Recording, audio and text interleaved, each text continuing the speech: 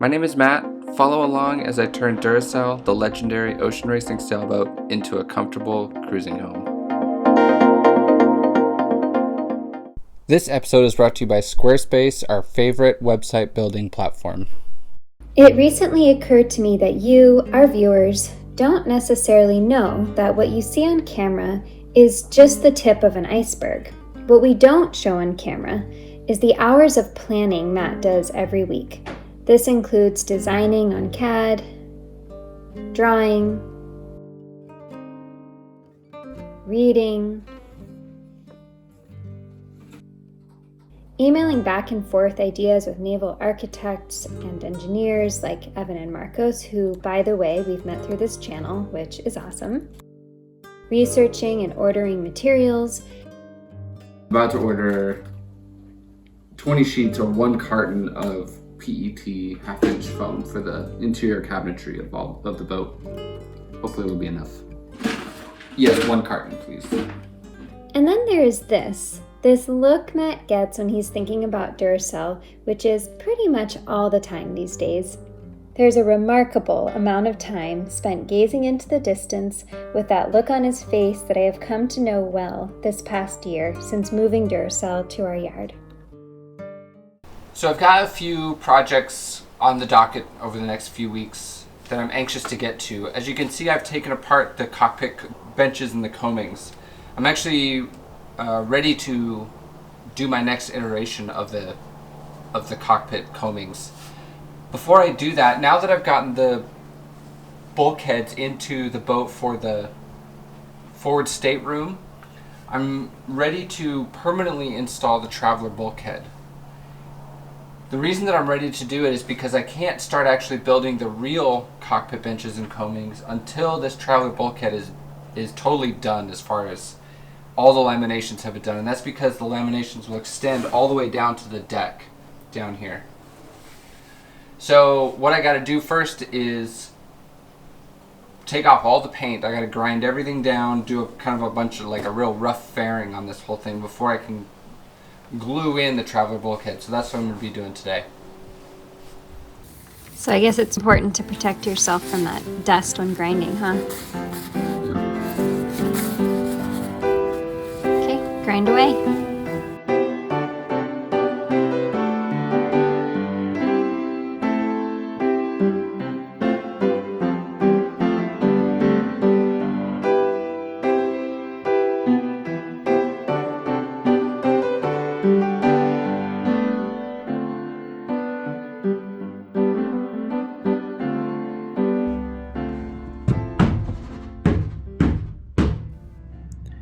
I had to be very precise gluing in the traveler bulkhead. I'm not moving the traveler fore and aft, so it's nice that I can use the old one to find the position of the new one. Just put it on top, basically. What's important was that I get it square on top of the old bulkhead and plumb, so I used the laser level to mark where the bulkhead needs to go.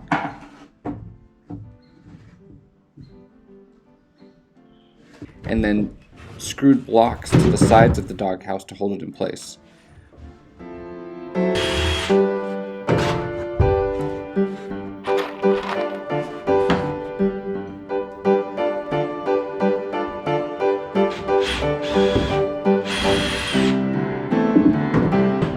Unfortunately, as I was doing this, I let the bulkhead fall.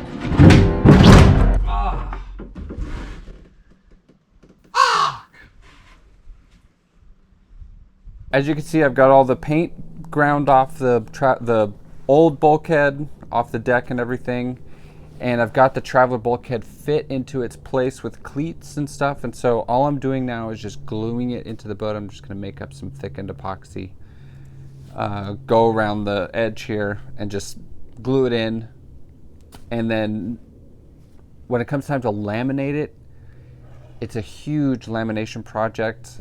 There's a lot that goes into it, and so I still have some planning to do, so I'll be getting to that next week. But for now, yeah, just getting it glued in.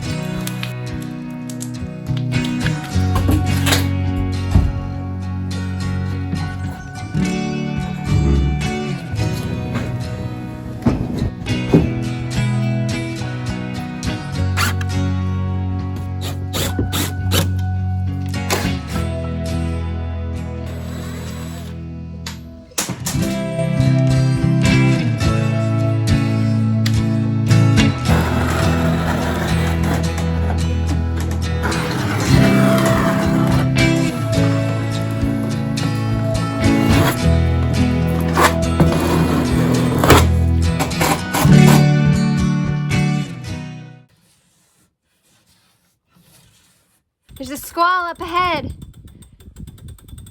Yar. Yes, we have been through 4 iterations of the cockpit benches and combing mock-up already. The last iteration got a lot closer to what I'm trying to achieve. The starboard side, which I like best, kept the slope outboard, but that slope made the side decks pretty narrow where the combing comes aft. The portside combing side warped from a slope to a plumb. It worked well for keeping the side decks wide, but I found it ugly. So, on to the next iteration.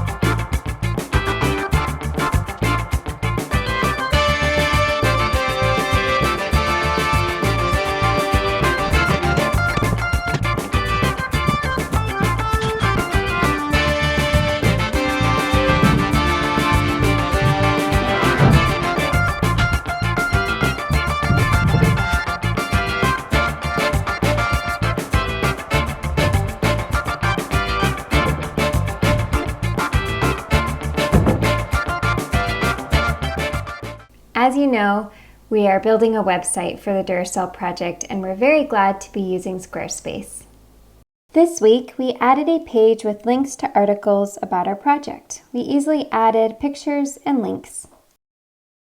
So if you're considering making a website, perhaps to share your own boat project or to share anything else with the world, you can go to squarespace.com for a free trial. When you're ready to launch, go to squarespace.com/theduracellproject for 10% off your first purchase of a website or a domain.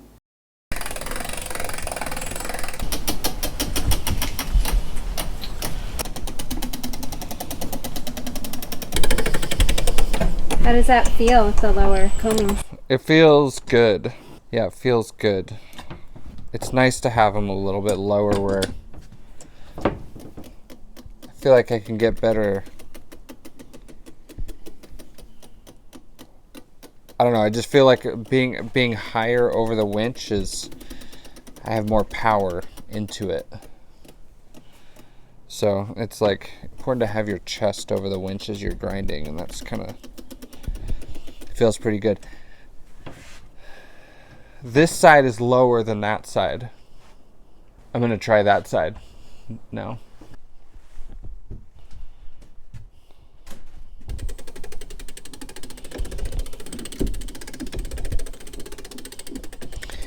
Doesn't really feel any different. It's only 1 inch difference. So the nice thing about having this combing a little bit higher is underneath the combing I can put little cubbies in the seat backs. That side I feel like will be a little bit too small. It'll be too low to put little cubbies in.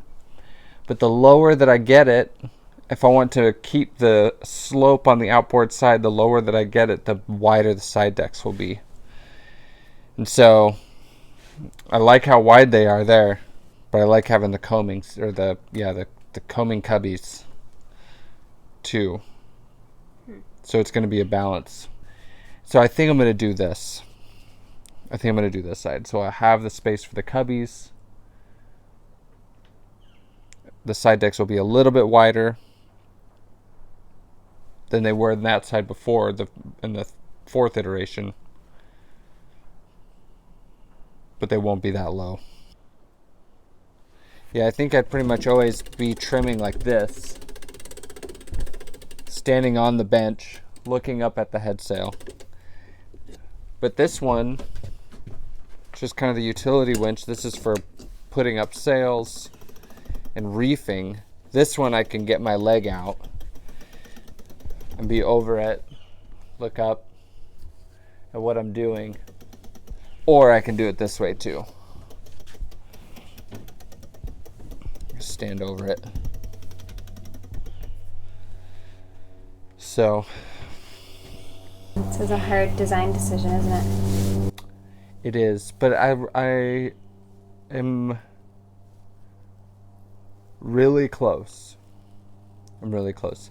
I'm actually struggling more now with how to build it. There's a lot of different things happening, different planes, like the angle and the plane of this extension of the cabin top is different. It's at a different angle and a different height than the coaming is. And then I also need to build the bench, and the bench is going to have, storage space underneath of it. In one corner of one of these benches, I'm going to actually open it up and be able to access. There'll be a hatch so I can go down into the systems room. So I need to figure that out. It's a complicated thing to build. And so I'm struggling with whether I want to start it as soon as I get this travel bulkhead finished, in like a week or two. Or if I want to sit on it longer and wait and try and come up with, sit on it longer before I start building it. The other thing I changed is I increased the size of the wheel to 36 inches from 30. That one previously was 33. This one previously was 30. It's the same height, and I actually got it a little bit more outboard. It'll be really easy to sit up here, steer the boat from the weather side, and standing up when we're docking the boat. It's really easy to steer the boat from here. So, feels really good.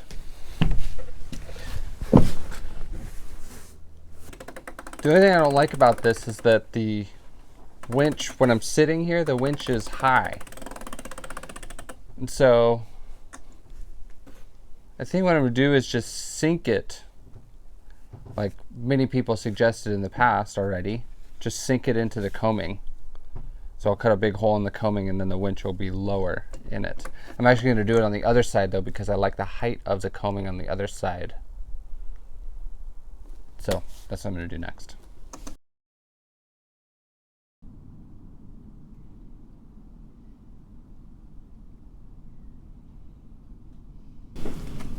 Look at that, you finally sank the winch into the coamings like all of our viewers suggested. Mm-hmm.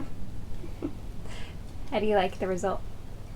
I like it. It's if I'm sitting here, it's definitely easier. It's at a more reasonable height to trim. I have to figure out a way for lines to lead to it fairly, because this edge, the edge of the coaming could get in the way. So either this thing needs to be a little bit higher, the winch needs to be a little bit higher, or I need to kind of trim away where a sheet would lead to it, or get it closer to the edge of the coaming. So I think that could be figured out pretty easily. But overall, yeah, I like it a lot. So it's like a nice, reasonable height to trim from.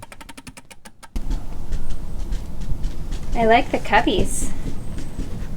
That'll be handy for storing winch handles and stuff. Yep, exactly.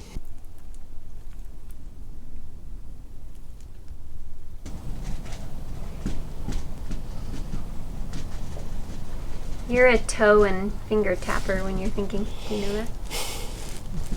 Yep. Okay, we'll keep on tapping your toes and fingers, and I'm sure you'll come up with a solution. I'm in no rush. Good. Matt and I are out for a very calm, peaceful sail on the Strait of Juan de Fuca on the boat that Matt takes care of for the Northwest Maritime Center, and we thought that we would thank our new patrons from the water. Thank you very much to Danny, who is in Norway. He's a tattoo artist and a musician, and has been sailing his whole life and has a little Polo 86 racer cruiser sailboat. It looks like a lot of fun. So tusen takk, Danny.